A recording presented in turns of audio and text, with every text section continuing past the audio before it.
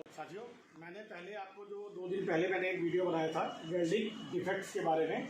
उसमें मैंने आपको 2 तरह के डिफेक्ट्स बताए थे। उसके बाद मैंने कहा था कि बाकी डिफेक्ट्स मैं अगले वीडियो में बताऊंगा, क्योंकि एक दिन में ही बताना बड़ा मुश्किल होता है सब। तो आज मैं उसकी अगली कड़ी में आ रहा हूँ। तो आज मैं आपको बताता हूँ डिफेक्ट नंबर, आप उसको 3 कर लीजिए, चाहे आज की डेट का 1 कर लीजिए। तो पोरोसिटी क्या है? Defects porosity. पोरोसिटी का क्या मतलब होता है कि छोटे छोटे छेद रह जाना।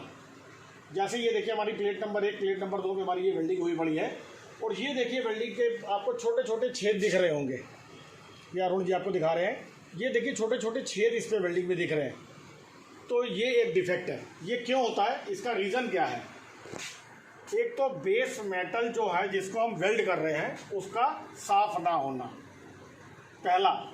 दूसरा, उस बेस मेटल पे, बेस प्लेट पे जिसको हम वेल्ड कर रहे हैं, ऑयल या ग्रीस लगी होना या नमी का लगा होना रह जाता है कि हाँ भाई वो गीली है, उसे पानी पड़ा हुआ है और हमने उसके ऊपर वेल्डिंग करना शुरू कर दी। तीसरा क्या है कि प्रॉपर तौर से शील्डिंग नहीं होना। कौन सी शील्डिंग? ये वाली जो आप इलेक्ट्रोड जो आप कर रहे हैं ये, तो ये प्रॉपर ये शील्डिंग इस मेटल को नहीं कर रहा।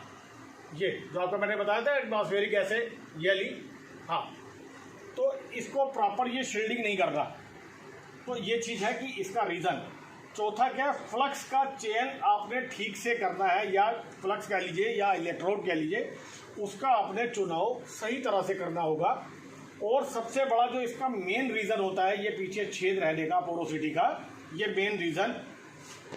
जैसे एटमॉस्फेयर में जो गैसेज होती हैं, कार्बन, हाइड्रोजन, नाइट्रोजन, तो जो ये हम लोग ये वेल्डिंग कर रहे हैं, ये वेल्डिंग पूल है, ये हमारा मेल्टिंग पूल, क्योंकि ये पिघला हुआ है, ये मेल्टिंग पूल, इसके अंदर ये गैसेज रह जाती हैं। अगर ये प्रॉपर शील्डिंग नहीं होगी हमारी, इसको कवर नहीं करेगा, तो ये कहीं ना कहीं से ये हमारी ये गैसेज अंदर तक आ जाएगी, यहाँ तक इसके पास। अगर ये प्रॉपर हमारी शील्डिंग नहीं हो रही है तो एटमॉस्फेरिक गैसें ये हमारी अंदर आ जाएगी। देख रहे फिगर आप, ये अंदर आ गई। अब हमारा क्या हुआ, ये शील्डिंग प्रॉपर तौर से नहीं हुई, तो ये एटमॉस्फेरिक गैसें हैं, जो एटमॉस्फेरिक गैसें, ये गैसें ये अंदर आ जाएगी। तो अंदर आने का क्या मतलब है, ये मेल्टिंग पूल के अंदर ये गैसें हमारी ये अंदर रह जाती हैं। ये जैसे छोटे छोटे छेद के रूप में दिख रही है, ये इसके अंदर रह जाएगी। तो जैसे ही ये अंदर रह जाती है, जब ये हमारा मेल्टिंग पूल, जब ये ठंडा होता है, क्या है ये वाला जो मेल्टिंग पूल जो है हमारा, जब ये ठंडा होता है तो क्या होता है, ये जो गैसें हैं जो ये ठंडे हैं, तो ये बाहर निकलती है। जब ये इससे, जैसे ये तो अभी अंदर आ रही है, ये देखिए ये एरो बन रहा है, जो ये गैसें अंदर आ रही है, ठीक है।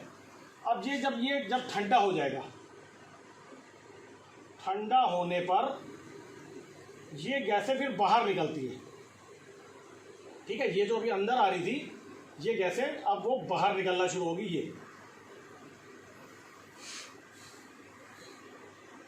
ये हमारी गैसें अब बाहर निकलना शुरू होगी, ये ऐसे बाहर जाएगी, एरो बन जाएगा इसका।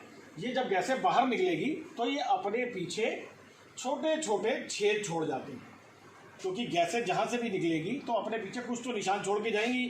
तो ये छेद हमारे बन जाते हैं कि इसके अंदर जब हमारी गैसें आ गई, तो जब ये ठंडा हो जाएगा तो गैस को तो निकलना है, गैस तो उसके अंदर नहीं रह सकती।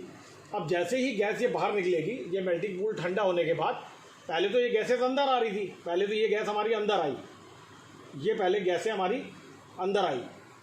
अब जब आफ्टर कूलिंग, आफ्टर कूलिंग है जब, तो यही गैसें हमारी, ये जो हमारी गैसेज है, जो ये जो हमारी गैसें हैं, अब ये जैसे ही अंदर आई है तो ये वैसे ही बाहर भी जाएगी। जब ये बाहर जाएंगी तो ये अपने पीछे वो निशान छोड़ जाएंगी, निशान वो छोटे छोटे छेद के रूप में होगा।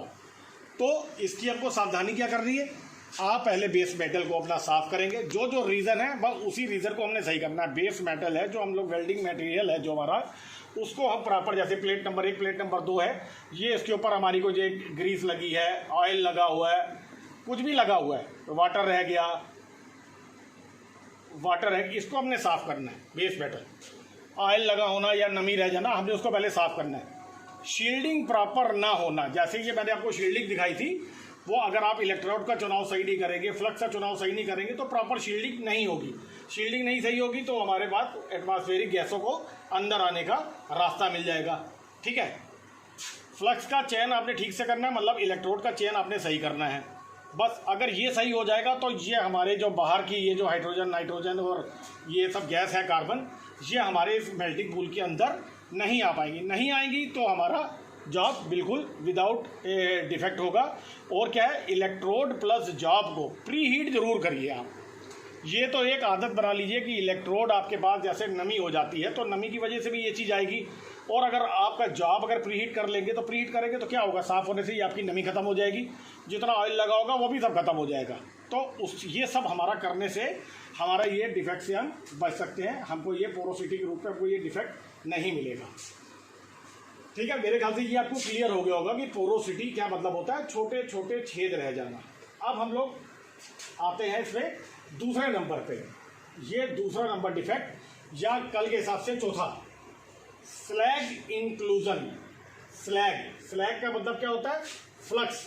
जो हमने आपको दिखाया था यो वेल्डिंग में, ये जो आपका जो इलेक्ट्रोड थी, जो इसके ऊपर ये जो वेल्ड है, ये जो इसको कवर कर लेता है ऊपर से पूरा स्लैग, फ्लक्स, ये वो स्लैग के रूप में आ जाता है। जब वेल्डिंग के ऊपर ये हमारा, जब जिसको हमने देखा था चिपिंग करते हैं हम लोग, वो स्लैग के रूप में आ जाता है।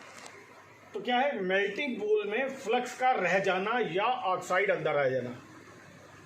ठीक है, मेल्टिंग पर जैसे हम छेद अपनी वेल्डिंग कर रहे हैं तो उसमें हमारे वेल्डिंग पूल में छोटे से कोई छेद रह गए। कई कई जगह वेल्डिंग नहीं भी होती, वो क्या होता है कि ज़्यादा आपने करंट का अगर आपने सही चुनाव नहीं किया या इलेक्ट्रोड की स्पीड आपकी सही नहीं है, कम ज़्यादा है, तो कई कई जगह वो प्रॉपर हमारी ये इस तरह की बीड नहीं बनती तो वो छोटे होल रह जाते हैं। ये जैसे छोटे होल रह जाते हैं, गड्ढे टाइप के आ जाते हैं। तो इसके अंदर हमारा क्या होता है, ये तो हमने फ्लक्स जो हमारा इलेक्ट्रोड से हम जो कर रहे हैं SMAW वेल्डिंग से जो करते हैं हम लोग इलेक्ट्रोड के द्वारा, जो MMAW या स्टिक वेल्डिंग के द्वारा, तो उसमें गड्ढे के अंदर ये फ्लक्स रह जाता है। ये जब अगर ये फ्लक्स रह जाएगा तो इसके ऊपर आपने फिर दोबारा वेल्डिंग कर दी तो हमारा क्या है, वो प्रॉपर जॉइंट तो हुआ नहीं, क्योंकि हमारा अगर गैप बीच में रह गया, उसके अंदर हमारा फ्लक्स रह जाएगा, ऊपर आप जितनी वेल्डिंग करेंगे तो वो हमारा यहाँ से टूट जाएगा, क्रैक हो जाएगा, डिफेक्ट आ जाएगा उसके अंदर। इसका रीज़न क्या है, फ्लक्स इम्प्योरिटी के साथ रिएक्शन करता है। ये जो फ्लक्स होगा, ये जो ऑक्साइड अंदर रह जाते हैं, जो गैसेज अगर मान लो रह गई अंदर, कुछ भी हो गया, कोई भी नमी है, कुछ भी यहाँ पे डिफेक्ट है, उसकी नमी, ग्रीस, तेल, इसके साथ भी प्रॉब्लम है, अगर ये रह गया तो ये फ्लक्स जो हमारा है इसके साथ बैठ के रिएक्शन करता है। फ्लक्स जो है इम्प्योरिटी के साथ, जैसे ऑक्साइड के रूप में इम्प्योरिटी है हमारे पास, तो फ्लक्स क्या होगा, इसके साथ रिएक्शन करेगा। तो उससे क्या होगा, प्रिवेंशन हमको क्या करना है, उसका बचाव क्या करना है, इलेक्ट्रोड प्री हीट होना चाहिए। जो भी आप वेल्डिंग इलेक्ट्रोड लेंगे उसको प्रॉपर हीट होना चाहिए। पहले प्री हीट का मतलब वेल्डिंग करने से पहले उसको आप प्री हीट कर लीजिए। दूसरा क्या है, sufficient amount of heat transfer, मतलब आपको पूरी उसकी क्षमता के हिसाब से ही उसको हीट देनी है। अपने इलेक्ट्रोड का करंट आप सही रखेंगे तो हमने उसको प्रॉपर हीट उसको अच्छी मिलेगी, तो उसका हमको ख्याल रखना है। तीसरा है, आर्क की स्पीड अधिक नहीं होनी चाहिए। अब ये आप जो वेल्डिंग कर रहे हैं, आप इलेक्ट्रोड है उसको जल्दी जल्दी लेके भागेंगे अगर, तो हमारे पास ये डिफेक्ट भी हो जाएगा। उसकी स्पीड भी प्रॉपर होनी चाहिए। आप जब आएंगे तो आपको मैं ये बीड ऐसे बना रहे, जैसे एक वेल्डिंग करते हुए जा रही है, ये बीड बनती जा रही है, ये छोटी छोटी जैसे एक के ऊपर एक लाइन करते हुए बीड बनती है, वेल्डिंग बीड कहते हैं इसको। ये आपको प्रॉपर तरह से करेंगे, तो जब ये प्रॉपर तौर से करेंगे तो आपको आर्क की स्पीड भी आपकी सही हो जाएगी। प्रॉपर चौथा क्या है इसका है, प्रिवेंशन क्या है, इसको बचाव क्या है, प्रॉपर चिपिंग होनी चाहिए। चिपिंग जो आपको अरुण जी ने दिखाया था कि चिपिंग हैमर से वो फ्लक्स को उतार रहे थे, तो उस प्रोसेस को क्या कहते हैं, चिपिंग करना। वो जो उसके हाथ में था वो चिपिंग हैमर था। तो चिपिंग हैमर के द्वारा प्रॉपर चिपिंग करके इसके अंदर जो स्लैग रह गया है, जो फ्लक्स रह गया है, उसको हमने प्रॉपर चिपिंग करके निकालना है। अब चिपिंग करने के कई तरीके हो सकते हैं। आपने चिपिंग कर लिया या आपने उसको ग्राइंड कर दिया। ग्राइंड कर दिया किसके द्वारा, ग्राइंडर के द्वारा।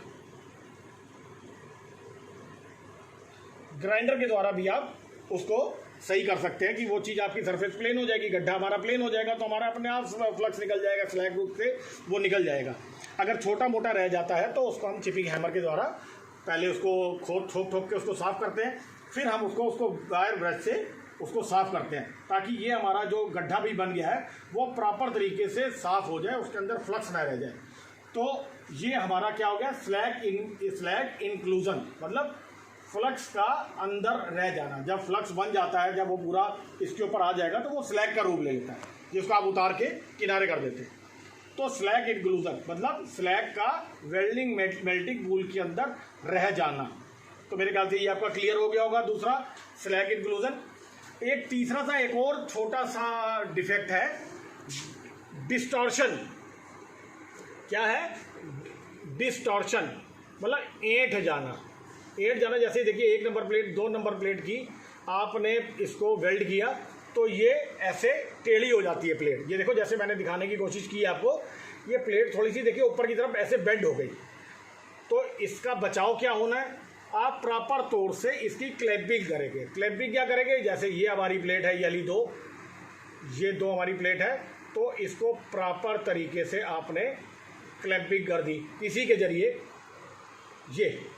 ये आपने इसको प्रॉपर तौर से, अगर प्लेट को आपने क्लैंप करके एक जगह फिक्स कर दिया, उसके बाद आप चाहे लाख जितनी वेल्डिंग करेंगे, उसको जैसे हीट का प्रसार होता है तो वो क्या होता है, वो ऐंठता है। अगर उसकी प्रॉपर क्लैंपिंग नहीं होगी तो वो उसको अपनी जगह भागेगी। तो भागेगी क्या होगा, वो उसके अंदर ये डिफेक्ट आ जाएगा, डिस्टॉर्शन के रूप में प्लेट हमारी ऐंठ जाएगी। तो इसका बचाने का एक ही तरीका है कि आप प्रॉपर इसको क्लैंपिंग कर देंगे, तो ये दोबारा ये आपको डिफेक्ट नहीं मिलेगा। तो मेरे ख्याल से ये वाला भी आपको क्लियर हो गया होगा। डिस्टॉर्शन हो गया, स्लैग इंक्लूजन हो गया और पोरोसिटी हो गया। तो मेरे ख्याल से ये हमारे डिफेक्ट्स जो हमारे आज की डेट में हमने आपको परसों को मिला के 5 डिफेक्ट्स के बारे में बता दिया है।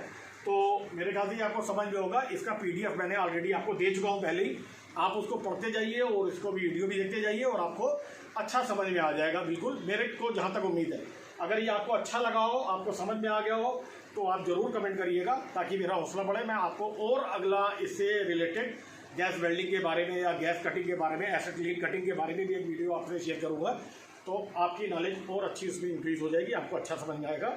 इसके साथ ही मैं स्वागत कर रहा हूँ दोस्तों, अपना ख्याल रखिएगा सब लोग। चलिए, नमस्कार।